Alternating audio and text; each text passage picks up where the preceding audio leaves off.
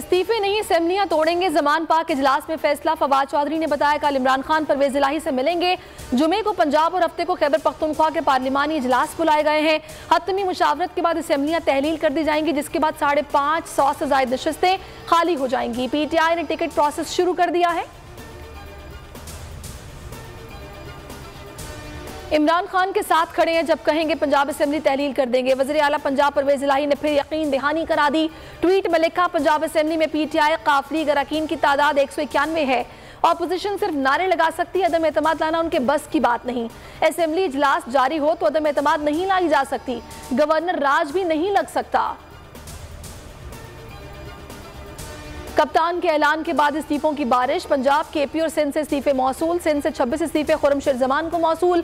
पंजाब से आमिर इकबाल और KP assembly के अरकान अजीजुल्लाह गरान और आसिया साले खटक ने इस्तीफे अरसाल कर दिए। फवाद चौधरी ने ट्वीट में लिखा, इस्तीफों से पाकिस्तान की 64% नशिस्तें खाली हो जाएंगी।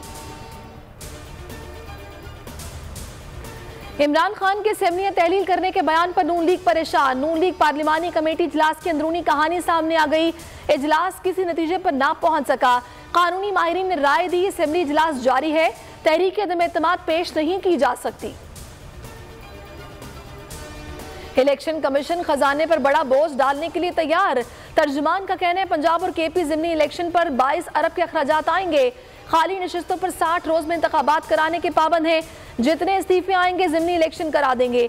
इमरान इस्माइल ने कहा, चीफ इलेक्शन कमिश्नर न्यूट्रल नहीं, वो पार्टी बन चुका है, उसे इंतखाबी निशान अलॉट कर देना चाहिए। आजम स्वाति के खिलाफ एक और मुकदमा दर्ज। FIR की तादाद 37 हो गई। तहरीक इंसाफ के 75 साल सेनेटर के खिलाफ सिंध और बलोचिस्तान के मुख्तलिफ थानों में मुकदमा दर्ज करा लिए गए। PTI रहनुमा के हक में जुमेरात को सुप्रीम कोर्ट लाहौर रजिस्ट्री के बाहर एहतजाज होगा। जुमे को सुप्रीम कोर्ट के बाहर वकला कन्वेंशन होगा। सेनेटर आजम स्वाति के खिलाफ मुकदमात। इस्लामाबाद हाई कोर्ट में दरखास्त समाअत के लिए मुकर्रर।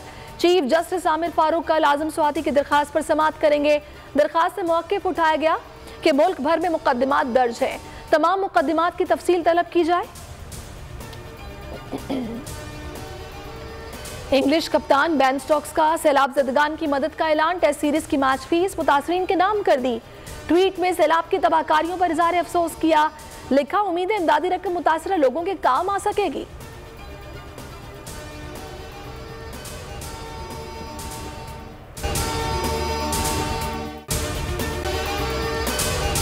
अगर आपको ये वीडियो पसंद आई है तो हमारे चैनल को सब्सक्राइब कीजिए और बेल आइकन पर क्लिक कीजिए। आप ये समझें, ये जो हक है ना, हक पे खड़े रहना और हक को बोलना, ये दूर से लगता है तन्हा हो गए लोग। आप खान साहब को देखें, तन्हा दिखाई देने, सारी जमातें मिलकर उनके खिलाफ हैं, लेकिन आज भी पाकिस्तान की आवाम उस हक की आवाज़ के पीछे जो है 80% से ज़्यादा आवाम उनके साथ है। सेम एग्जैक्टली इसी तरीके से बोल की कहानी है भाई। बिल्कुल अलग आपको तन्हा दिखाई देगा, हर जगह आपको खड़ा हुआ नजर आएगा, हटेगा नहीं किसी चीज़ से। और उसके साथ भी 80% आवाम अगर आज आप देखें तो उसे बोल दिख रही है।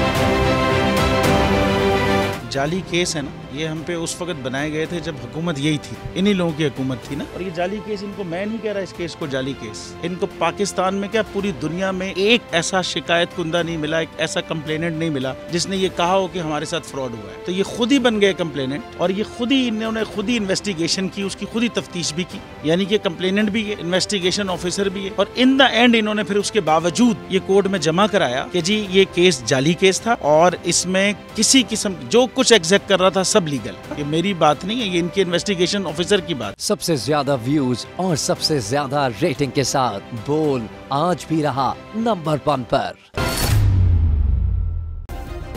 सब्सक्राइब करें और बेल दबाएं ताकि कोई खबर रह न जाए।